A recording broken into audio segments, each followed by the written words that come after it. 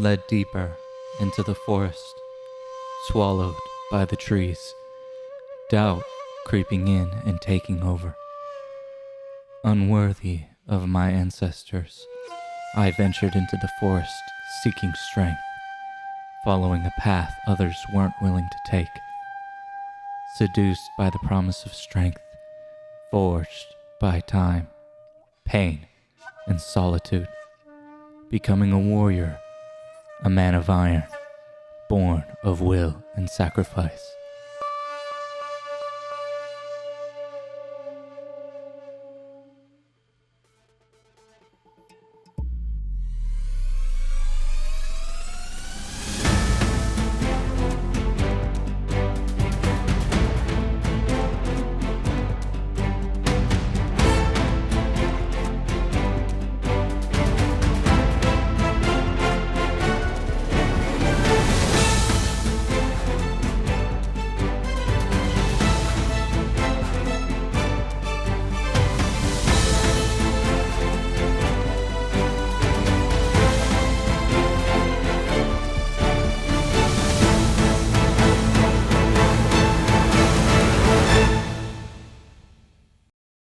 Hi, my name is Garrett. I've been a personal trainer for over a year. I've been training for over 5 years. I'm going to go through sort of 5 things I wish I did when I first started getting into training. But before that, I'll just kind of go through a little bit of my training journey. So growing up playing soccer and lacrosse, I started actually going to the gym and lifting when I was around 15 and a half, just sort of learning the basics and just kind of getting things down, working on my form and making some good results at that. That's when I started going to film school. So sort of taking a break from training altogether. And then that's when I started working YouTube full time. If you know me from like Couch Hop Off Canny, sitting for long periods of time throughout the day, not necessarily eating the best things. But then I started getting fit for a YouTube video. At the time we were doing sort of a boxing video. So I started bulking up more of as like a bit, as like a joke, right? Getting up to the heaviest I had ever been at that point at 168 pounds. I was pretty fluffy, just eating everything I could, not working out as optimally as I could have been, right? Just doing super basic things like bench and squat. I think those were the only things that I were doing besides, like jump roping and running a little bit. After we had finished filming with that, right, I just sort of kept up with it, right? And during this, it was COVID times, right? So all the lockdowns, and I sort of stuck with boxing with the idea of losing all the fat that I had gained throughout that whole process. So through cutting down, developing sort of a routine, right? I was running really consistently. So I had worked to sort of get myself out of that pain and tension that I had sort of developed on all those years. So I eventually got up to a point where I was running 5 miles a day, and I had started going down the rabbit hole of finding, routines and stuff that I could do, looking at other people's training, mainly focused on boxing and cardio. Moving back home, I had stuck with it, but eventually I got down to my lowest weight that I had ever been, which was 122 pounds, and I'm about 5'11", right? So that's pretty insane. Being inspired by my grandfather, who was a boxing trainer, I started training my brother and teaching him how to fight. Just sort of fell in love with it. I started working at a kickboxing gym, so I was training there for about a year. And then eventually I started working at a commercial gym where now I still train clients there. And then because I started working at a commercial gym, I actually started applying myself and lifting actually heavier. I had worked my way up from 145 pounds to 180 pounds with still visible abs in the course of a year. So my goals have really changed throughout the course of, my sort of 5 years of being into lifting. At first it started, right, I just want to have the endurance to be able to last in the ring. I tried training for amateur fights, but with the lockdown and everything that happened with some family passing, that just wasn't in the cards. So now I'm really trying to start to build some muscle in hopes of sort of developing like a V-taper physique from the anime Jujutsu Kaisen, Toji Fushiguro. More of a real life example would be like Steve Reeves, sort of all those like silver era guys of bodybuilding, Tommy Kono. So through my own personal journey and with training clients for over a year now, I just wanted to give you 5 things that you could do when starting to get fit, whatever that might mean to you.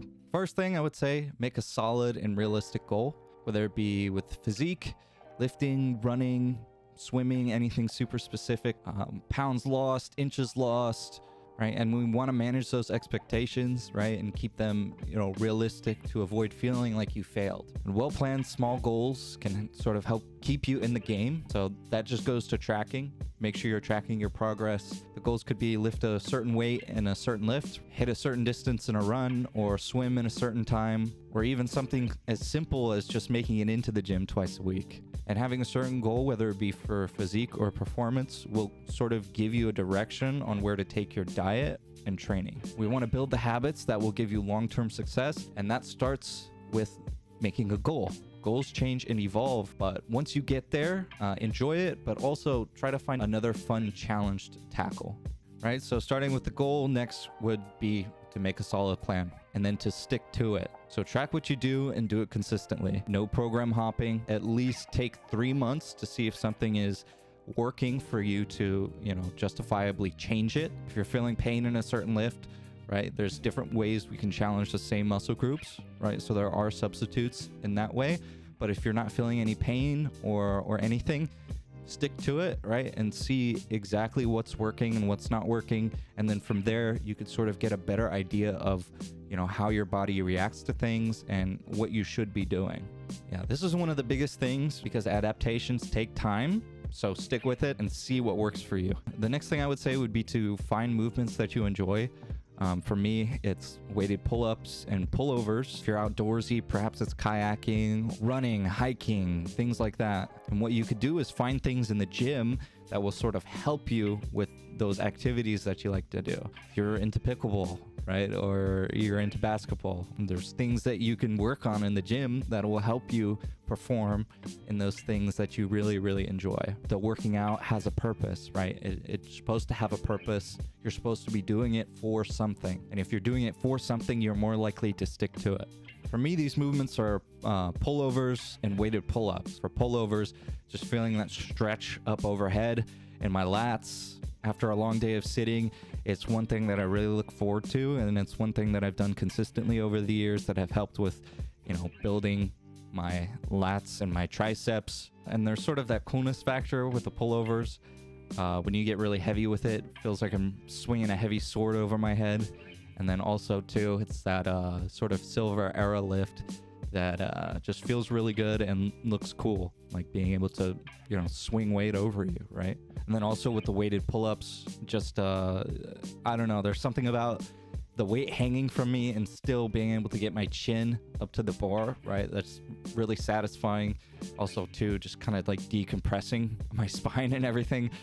Yeah, these are the things that I look forward to doing when on the days that I'm not working out. I feel like having those connections with those movements will only help you long term. And I have clients that really love to bench or really love to deadlift. Some like to really do specific things, and we just sort of work around that and make that the main focus while still getting a little bit of what you want while also what you need. It's just about finding that thing that you really enjoy, the thing that fires you up to get into the gym. Because if you find that, you're going to be coming into the gym long term. It's going to be something that's sustainable and something that you enjoy. If you enjoy it, you're going to stick to it. It all adds up, right? Like I still do boxing consistently.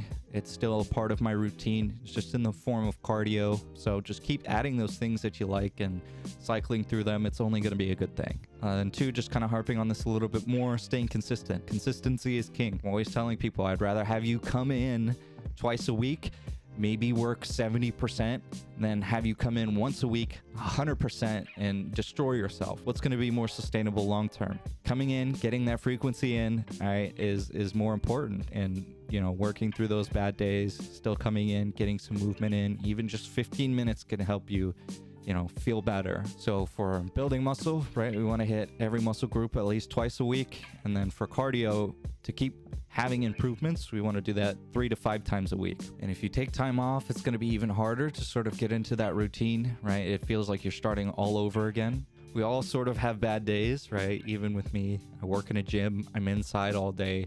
Sometimes I just really do not want to be there, but I know that when I work out, I'm going to feel so much better after. It may kind of suck. You got to get through those days to get to the good ones. And sort of the last thing I would say is don't compare yourself to others. Even to comparing yourself to yourself can be a very hard thing. We all want to have that ideal look in our mind, and even if we do get there, right, it's still that catch-22. We want more. Try not to be too harsh on yourself or compare yourself to other people. Everybody starts off in different places. Too, that extends to form, right? With certain lifts, my deadlift will look completely different to your deadlift, or my bench press might look completely different to yours, right? We all have different leverages, bones, different lengths. It all just sort of depends person to person. Some people might like other exercises better, right? One exercise necessarily isn't better for a certain muscle. It's about the one that works for you, right? And a lot of it is just going to be experimentation.